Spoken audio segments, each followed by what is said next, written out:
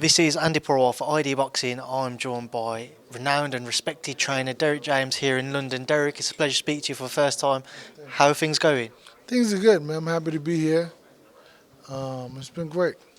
Obviously, you've teamed up with a certain Anthony Joshua.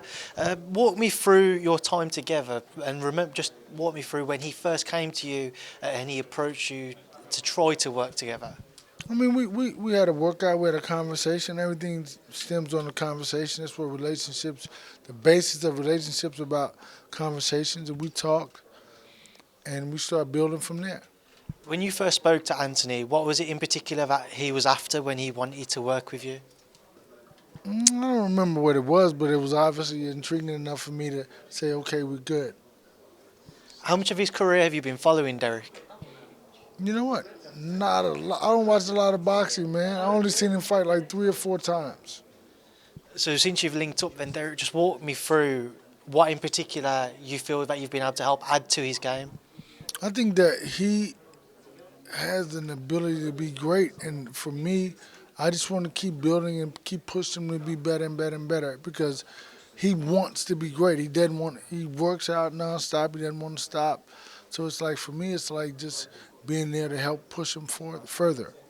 Derrick, some people have questioned his kind of mentality and his remaining hunger, his desire. When he stepped into your gym, have you ever questioned that? Have you ever questioned if he will push himself that extra mile to achieve his goals and his dreams? I think that.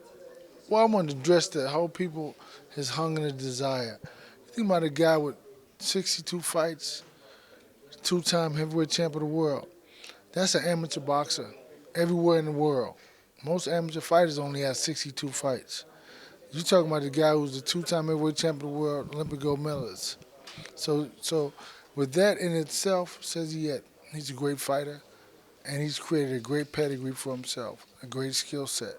So, but for us, I mean, when I met him, he was great. I mean, he's always been good. He's always been wanting to work, and that's what we're building on.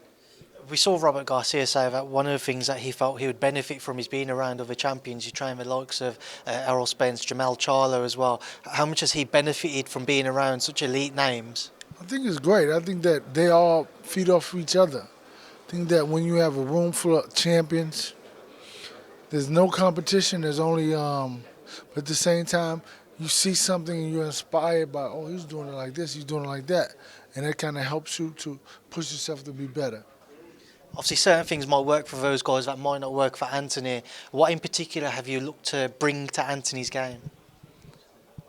Hey, just really just for him to be able to be the best personal individual he can be. Meaning that, we've even been talking about social things like helping kids and everything like that. But from a boxing perspective, it's about him just being the best fighter he can be. We saw in the build-up to... Come on, man. 3. It's like 15. Well, come on. Sorry, we saw in the build-up to the Usyk defeat that people talk about he wanted to be the dog, somebody bring the dog back out of him. Do you agree with that sentiment? Do you feel like you need to do that with Anthony? No, I just think you need to bring out the intellectual part of it, the intelligence. Because the dog may attack something that's not even there or may run into something that's not right? But at the same time, the intelligent fighter is the guy who sees it, sets it up, or analyzes the situation and then attacks. Derrick, Jermaine Franklin. Why Jermaine Franklin? Why did you guys settle on that as your first fight together? I think he's a great fighter. I think he's the fighter that can bring a lot out of AJ.